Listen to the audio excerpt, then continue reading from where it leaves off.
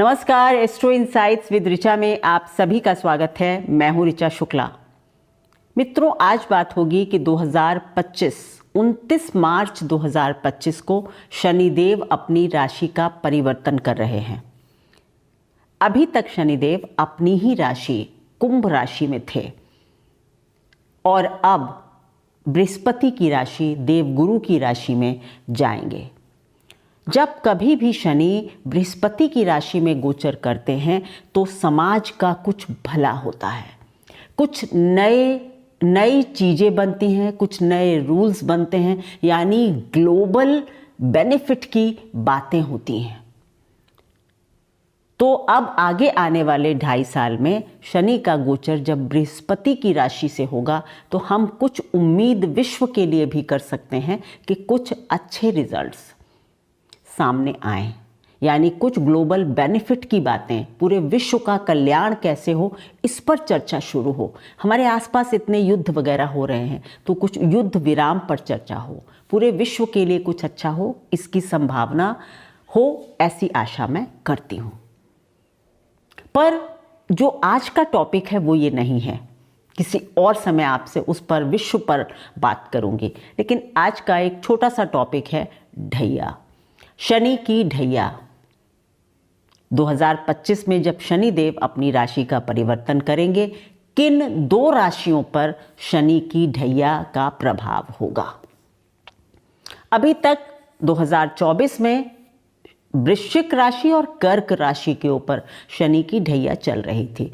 तो आज की वीडियो में ढैया क्या होती है, कैसे बनती है, अब आगे आने वाले साल में 29 मार्च 2025 के बाद 1 साल के लिए किसकी ढैया चल रही होगी, सॉरी 2.5 साल के लिए नहीं, 1 साल के लिए नहीं, 2.5 साल के लिए किन राशियों के लिए ढैया चल रही होगी, उस पर बात होगी। उपायों पर बात मैं अवश्य करती हूँ, लेकिन ऐसे उपाय बताती हूँ जिनसे कि आपका कल्याण हो और खर्चा बिल्कुल भी ना हो, तो वो बात भी मैं करूँगी।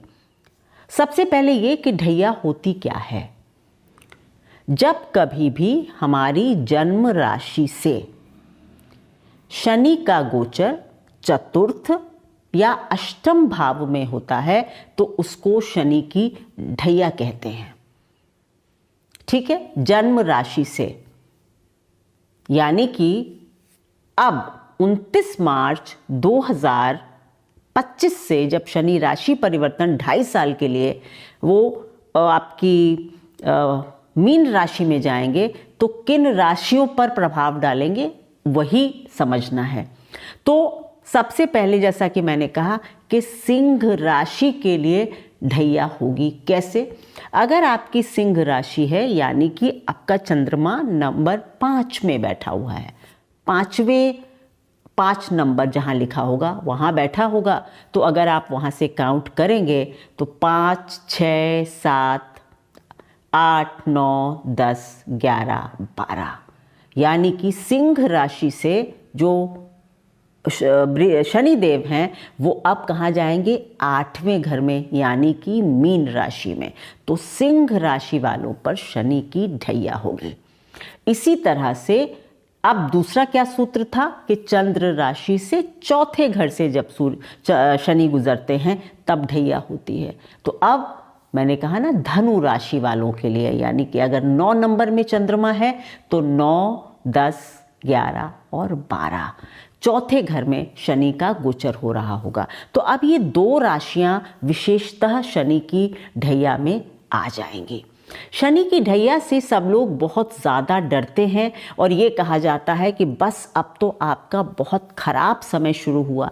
आज मैं उस भ्रांति को थोड़ा सा दूर करना चाहूँगी। शनि की ढैया को लघु कल्याणी भी कहा जाता है। लघु कल्याणी का मतलब है कि छोटा मोटा कुछ कल्याण भी होता है आपका। शनि का गोचर जिस भाव से भी होता है उस भाव से जुड़ी हुई जिम्मेदारियां आपके ऊपर बहुत बढ़ जाती हैं। ये एक बिल्कुल सच बात है।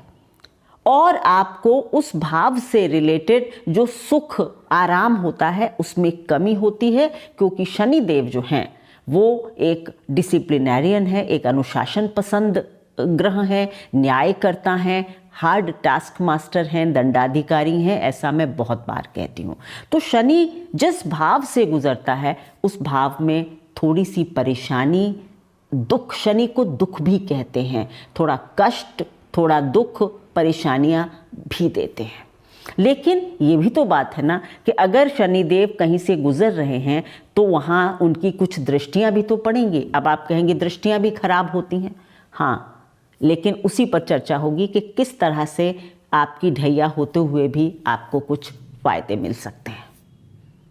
चलिए, सिंह राशि पर जो पहली अष्टम भाव से शनि गोचर करेंगे और आपकी ढैया चलेगी, तो सबसे पहली बात यह है कि 8वां घर ससुराल पक्ष है।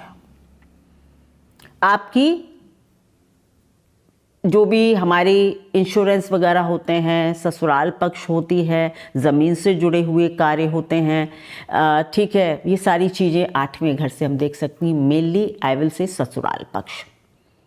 तो ससुराल पक्ष की जिम्मेदारी आपके ऊपर आ सकती है। ससुराल पक्ष की तरफ से मेंटल प्रेशर आपको मिल सकता है। इनहेरिटेंस यानी कि जो हमारी आनुवंशिक ज़मीन वगैरह होती है जो हमको माता पिता देते हैं, उसमें कहीं कोई प्रॉब्लम आ सकती है या उसका बंटवारा फेयर ना हो, ऐसा आपको महसूस हो। क्योंकि 8वें भाव से रिलेटेड जो कठिनाइयाँ हैं वो आप थोड़ी बहुत अवश्य झेलेंगे। ये और बात है क्योंकि ये भी एक गोचर है, और गोचर की जब बात होती है तो दशा का महत्व तो मत भूलिएगा। अगर आप बहुत अच्छी दशा से गुजर रहे होंगे तो फिर इतनी प्रॉब्लम्स नहीं होंगी।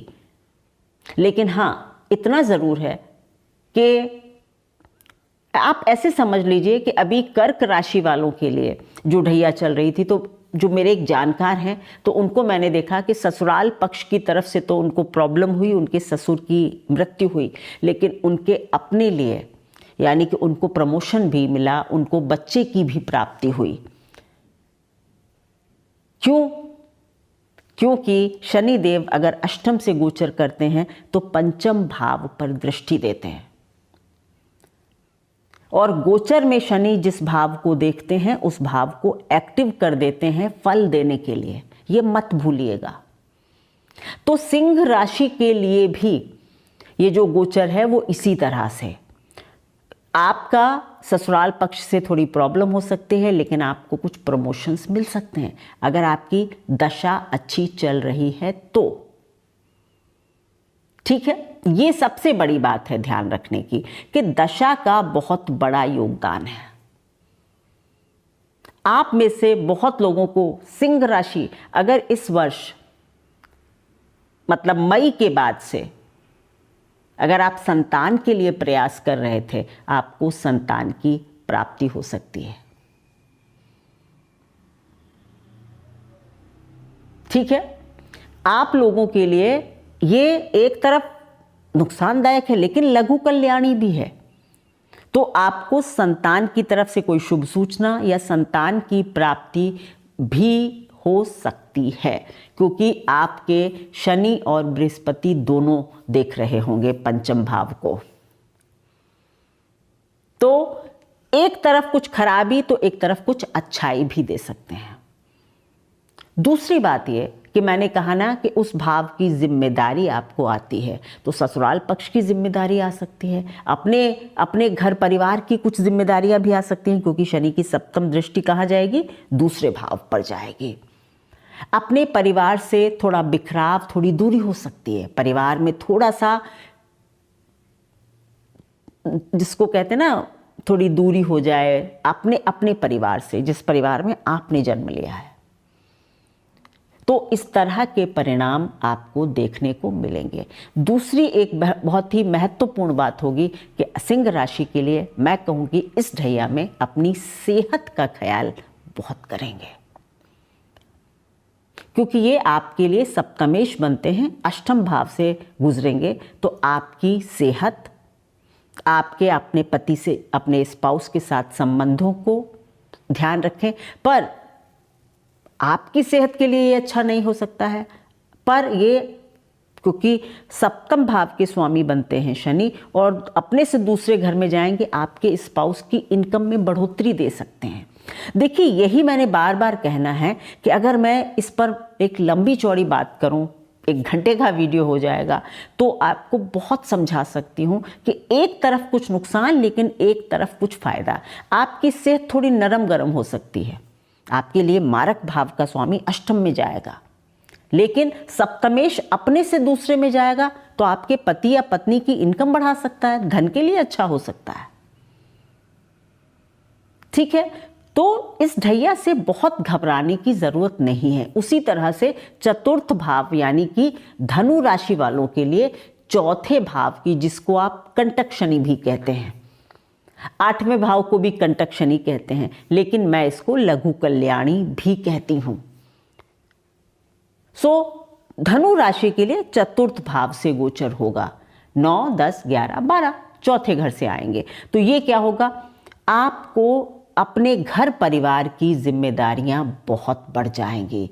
आप में से बहुत लोगों को घर की जिम्मेदारी उठानी पड़ सकती है, माँ की सेहत की तरफ से कष्ट मिल सकता है, माँ की तरफ से कष्ट मिल सकता है, माँ से दूर जाना पड़ सकता है, घर बदल सकते हैं, कुछ व्यर्थ के ऐसा हो कि कुछ व्यर्थ की यात्राएं हो जाएं, घर से दूर रहना पड़े। ये सब धनु राशि वालों को देखने को अवश्य मिलेगा। आप में से बहुत लोग अपना घर बदलेंगे, घर से दूर रहेंगे, माता से दूर रहेंगे, माता की तरफ से कुछ परेशानी या माता से परेशानी, माता की जिम्मेदारी, ये सारी चीज़ें आपके ऊपर इन 2.5 सालों में देखने को मिलेंगी। लेकिन वहीं यहाँ पर अगर आप कहें तो शनि देव की तृतीय दृष्टि 6ठे भाव पर पड़ेगी, तो फिर क्या होगा, शत्रुओं का नाश भी तो होगा, रोग का नाश भी तो होगा, क्योंकि इनकी दृष्टि तो जहाँ भी जाती है उस चीज़ को ख़त्म करते हैं। तो किसको ख़त्म कर रहे हैं, रोग ऋण रिपु को। इनडायरेक्टली आपका थोड़ा सा फ़ायदा वहाँ करवा देंगे। आप कोई कंपटीशन वगैरह अगर दे रहे थे, फ़ायदा हो सकता है।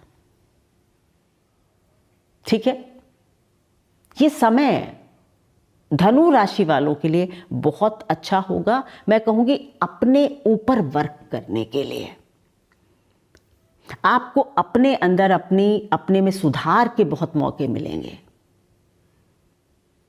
क्योंकि शनि देव की 10वीं दृष्टि आपके राशि पर होगी और देव गुरु बृहस्पति की भी दृष्टि आपकी राशि पर होगी, सप्तम दृष्टि। दोनों एक साथ आपकी राशि को देखेंगे तो आपको अपने लिए, स्वयं के लिए कुछ अच्छे मौके, कुछ, मैं कहूँगी ये साल ऐसा रखिए, 2.5 साल, खास करके साल भर जब तक बृहस्पति की दृष्टि रहेगी, तब तक मैं कहूँगी कि कुछ अच्छी चीज़ें, कुछ आपके अंदर ट्रांसफॉर्मेशन आए, आप कुछ नई चीज़ें सीखें, आप अपने आप को ग्रूम करें, तो ये वर्ष बहुत अच्छा हो सकता है। गोचर में शनि और बृहस्पति एक साथ जिस भाव को देखते हैं उसकी वृद्धि करते हैं या उसके लिए अच्छे, यानी कि एक्टिवेट कर देते हैं उस भाव को। तो आपकी तो राशि ही एक्टिव हो रही है। मानसिक परेशानियां निश्चित रूप से धनु राशि वालों को होंगी, क्योंकि चतुर्थ भाव का शनि सुख में कमी तो करता है और मानसिक परेशानियां भी देता है। लेकिन अगर हम और चीज़ों को देखें कि भाई कंपटीशन हम अच्छा कर सकते हैं, सुख में तो कमी होगी, पूरा दिन रात पढ़ना पड़ेगा, लेकिन कंपटीशन क्लियर हो जाएगा।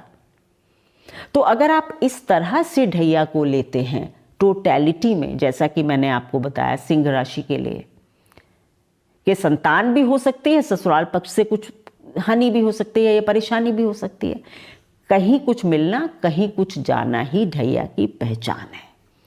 एकदम होपलेस नहीं हो जाएं, परेशान नहीं हो जाएं कि अब मेरी ढैया है तो 2.5 साल मेरे बहुत खराब होंगे। अगर अच्छी दशा में आप चल रहे हैं तो छोटी मोटी परेशानियां जो मैंने अभी बताई हैं वो होंगी, लेकिन उनसे आप निकल जाएंगे, या आप अपने अंदर परिवर्तन लाकर, सुधार लाकर उनसे निकल जाएंगे। घबराने की ज़रूरत नहीं है। नियमित रूप से हनुमान चालीसा का पाठ कीजिए। श्री हनुमान चालीसा का पाठ सर्वश्रेष्ठ होता है। सिंह राशि वालों के लिए मैं कहूँगी सूर्य की भी आराधना बहुत अच्छी होगी। रामचरितमानस का रोज आप पाठ कर सकते हैं। और धनु राशि वालों के लिए कहूँगी विष्णु सहस्त्र नाम का पाठ बहुत अच्छा होगा। सिंह राशि वाले रामचरितमानस का पाठ थोड़ा थोड़ा रोज पढ़ें, साथ में हनुमान चालीसा पढ़ें। और धनु राशि वाले विष्णु सहस्त्र नाम का पाठ अगर हर बुधवार को करते हैं तो ये 2.5 साल आराम से कम कष्ट के साथ निकल जाएंगे। कुछ भी नहीं कर सकते हैं तो हनुमान चालीसा का पाठ नियमित करें, इतना आप सभी के लिए पर्याप्त होगा। ढैया से डरने की आवश्यकता नहीं है, इसमें कुछ छुपे हुए अच्छाइयाँ भी होती हैं, इसीलिए इसको लघु कल्याणी कहते हैं। क्या आपको लगता है कि आप कुछ भी मैनिफेस्ट करना चाहते हैं और वो मैनिफेस्ट नहीं कर पाते? कौन लोग होते हैं जिनका मैनिफेस्टेशन सफल होता है? अगर आपकी लग्न का स्वामी 3, 7, 11 राशियों में हो, यानी कि मिथुन, तुला या फिर कुंभ राशि में हो, या फिर 3, 7वें और 11वें स्थान में हो, लग्न का स्वामी 3, 7वें 11वें भाव में हो, या मिथुन, तुला और कुंभ राशियों में हो, ऐसे लोग जो हैं वो मैनिफेस्ट जो भी करना चाहते हैं वो कर सकते हैं। चेक कीजिए अपनी अपनी कुंडली और देखिए कि ये बात कितनी सच साबित होती है। धन्यवाद। अगर आपको मेरे वीडियोज़ अच्छे लगते हैं, पसंद आते हैं तो लाइक करें, शेयर करें, सब्सक्राइब करें।